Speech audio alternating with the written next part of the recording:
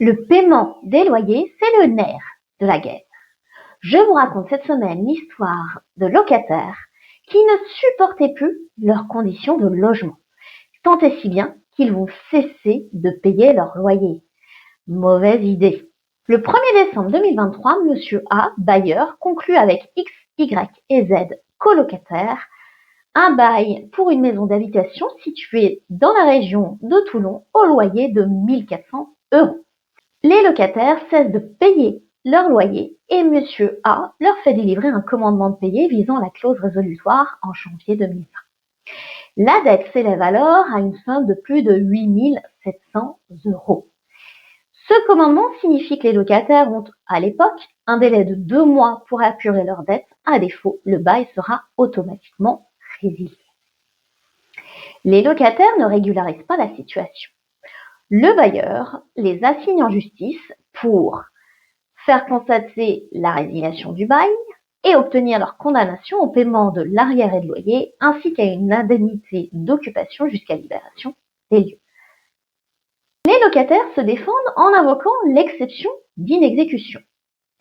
Le logement était selon eux inhabitable en raison d'un problème d'étanchéité et d'isolation entraînant d'importantes moisissures.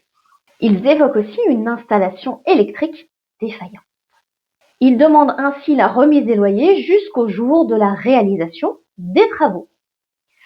Ils produisent, à l'appui de leur thèse, un rapport du pôle départemental de lutte contre l'habitat indigne daté de mars 2017, concluant au caractère indécent du logement. La santé et la sécurité des habitants étaient alors en jeu. Cependant, lors d'une visite de contrôle 3 ans plus tard, l'organisme fait le constat que la majorité des travaux requis a été réalisée. Et il retient aussi un gros problème d'entretien de la part des locataires.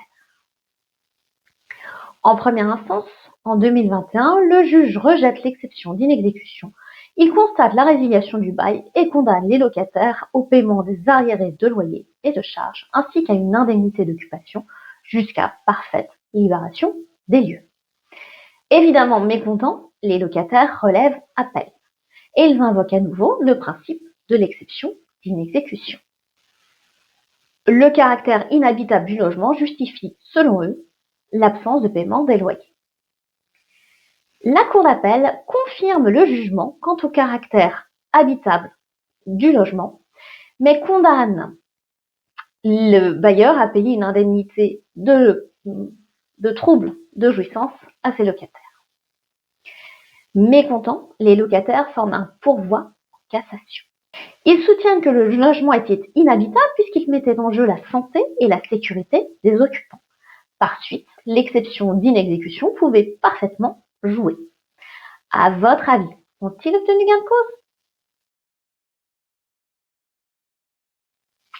La réponse est non. Dans cet arrêt du 28 novembre 2024, la Cour de cassation approuve la Cour d'appel d'avoir retenu que le bien loué n'était pas inhabitable malgré les désordres. Et par suite, l'exception d'inexécution ne pouvait être invoquée. Les locataires ont ainsi perdu leur logement. Un conseil en cas de problématique de désordre, dénoncez-les sur le site histologie.beta.gouv.fr, site du ministère de la Transition de l'écologie. Et surtout, continuez à payer votre loyer.